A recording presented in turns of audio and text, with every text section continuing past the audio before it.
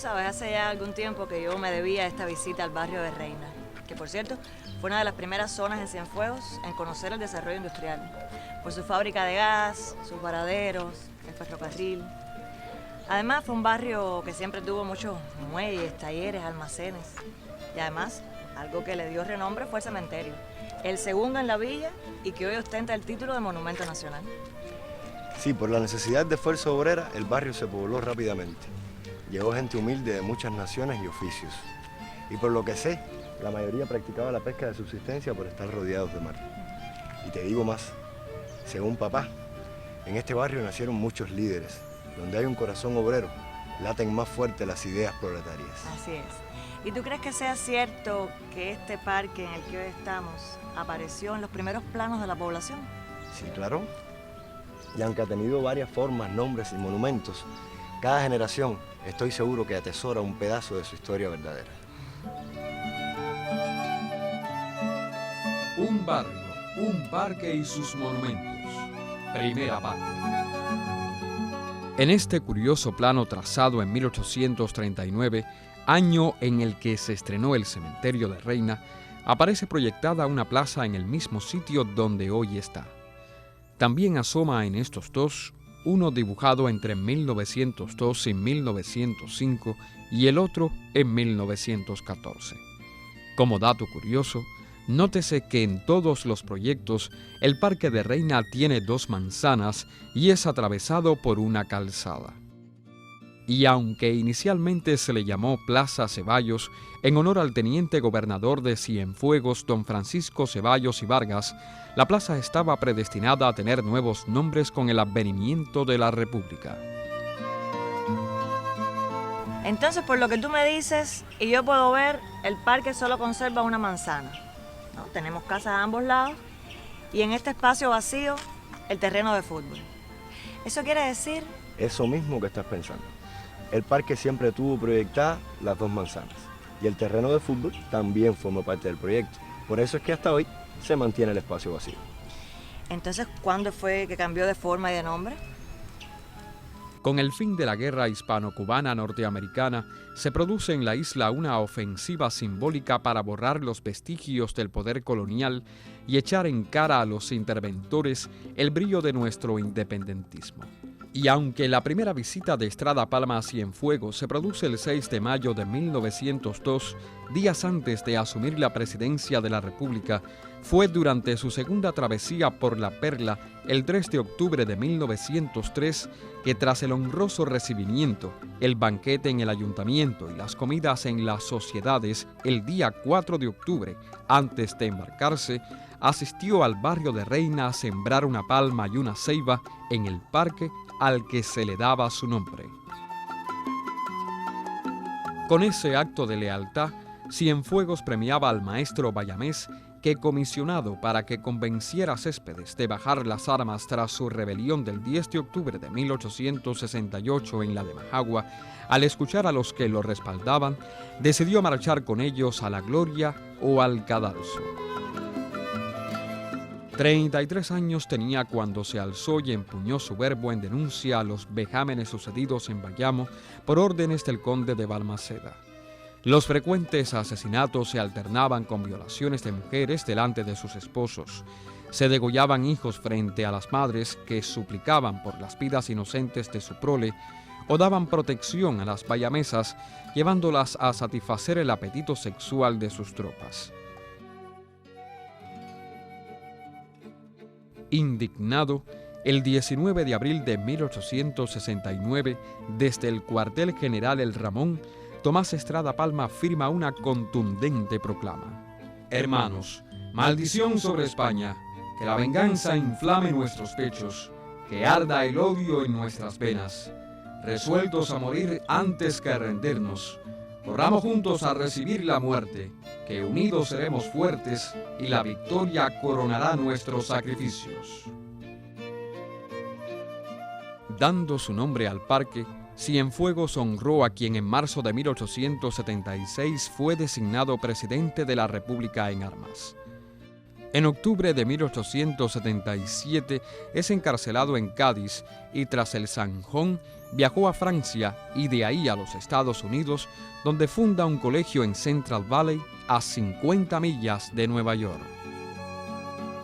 Desde el exilio y por más de 25 años, Tomás Estrada Palma colaboró con la causa revolucionaria, dado su prestigio como intelectual y educador. Estrada Palma había sido presidente de la República en armas durante la Guerra de los 10 años, 1 año y tantos meses.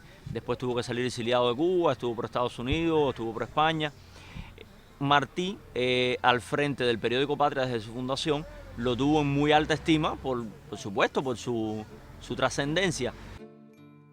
Aquel cubano de años ágiles y orden ejemplar, puntilloso y constante, que gobernó ayer una república y hoy gobierna su colegio afamado con todas las enseñanzas y las prácticas necesarias para el bienestar independiente del hombre trabajador en la dignidad republicana, es el patriota que a la voz de su pueblo dejó el señorío de su hacienda y el calor de una madre adorada por la batalla y el peligro de la revolución.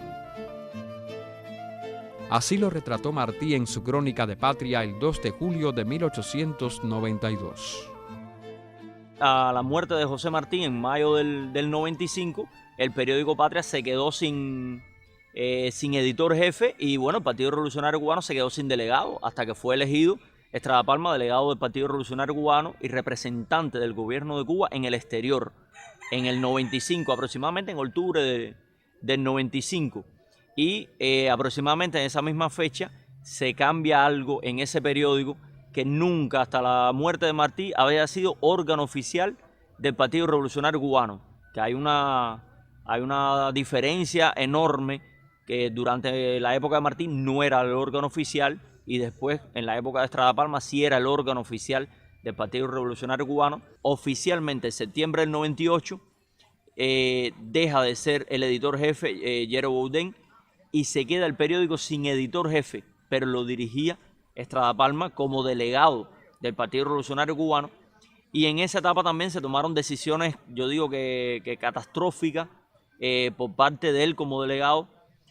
Una de esas decisiones, ya a fin de año, ya el 21 de diciembre del 98, fue eliminar el Partido Revolucionario Cubano, que se había fundado por Martí en abril del 92, con el objetivo de lograr la independencia de Cuba y apoyar la independencia de Puerto Rico, porque están las bases del partido. Y se eliminó por Estrada Palma como delegado del partido el 21 de diciembre del 98 sin cumplir con ese objetivo. Y también se elimina el periódico Patria sin cumplir con el objetivo. El periódico Patria lo habría creado Martí en esa, incluso en la misma primera editorial decía que el periódico estaba hecho para fundar y amar. Y no se cumplió con el objetivo que era apoyar la verdadera libertad de Cuba y apoyar en la libertad de Puerto Rico. Esos son dos de los hechos que le reprochan ese año 98. Le reprocha también que haya sido el primer presidente en mayo de 1902, pero un presidente sin contendiente. Su oponente era el mayor general Bartolomé Mazó, que era el último presidente de la República de Cuba en armas, que era el que estaba compitiendo contra él, pero Bartolomé Mazó se retira de la contienda porque dice que esas elecciones estaban amañadas. Tú sabes, hace un tiempo yo leí que su esposa, Genoveva Guardiola, por cierto, hija de un presidente de Honduras, ella no pudo asistir a la toma de posesión. El protocolo de la época impedía que las mujeres estuvieran en ese tipo de actos. La gente la recuerda menudita, usando los zapatos hasta gastarse, y como única prenda llevaba siempre su alianza de matrimonio. El de ella era un aro liso y de oro. La gente también la recuerda sentada en su comadrita, surciendo las medias de don Tomás, un hombre austero que solamente tenía 3 trajes. Se sabe que los días de recepción ajustaba el menú con el cocinero, porque en Palacio nada podía faltar, pero nada debía sobrar. Y una de las frases más célebres de su mandato fue: ya tenemos república, ahora necesitamos ciudadanos. Sí, pero la frase que más le gustaba al pueblo era: más maestros que soldados. Trató de fomentar una economía con austeridad, pero acorde a lo que quería el país, pero se le reprochan muchas cosas. Aceptó la enmienda Pla, ese apéndice que estuvo lastrando a Cuba hasta el 34, porque en el 34 ya no hacía falta, ya Cuba económicamente era de los americanos. Apoyó esa enmienda Pla, se defendió un poco con el Tratado de Bases Navales y Carboneras, que los americanos pedían 4 bahías, incluida la bahía de Cienfuegos, y al final no transó y aceptaron una sola bahía, pero lo aceptó. Y la querían a perpetuidad y él, de alguna forma u otra, logró que fueran arrendamientos, pero aceptó que hubiera una base militar norteamericana aquí en Cuba por muchísimo tiempo, que todavía hoy se encuentra presente. Y otra cosa que no se le reprocha a Estrada Palma, en 1906, que solicitó esa segunda intervención militar norteamericana en Cuba, renunció a su presidencia cuando se quería postular para un segundo mandato y lo que hizo fue solicitar la intervención militar norteamericana. Es decir, es un personaje contradictorio como otros de la historia de Cuba que hicieron mucho bien en una etapa, en otra etapa fue una figura un poco gris y en otra etapa se dejó influenciar demasiado por las ideas de la política norteamericana o la economía norteamericana. Sí, la situación fue realmente gravísima. Razón por la que Tomás Estrada Palma regresa a su natal Bayamo y luego muere en Santiago de Cuba 2 años más tarde. Fue triste, ¿no? Pensar que lo peor fue que por no conversar se puso en riesgo la soberanía de nuestra isla. Aún así, a este parque se le siguió llamando Estrada Palma.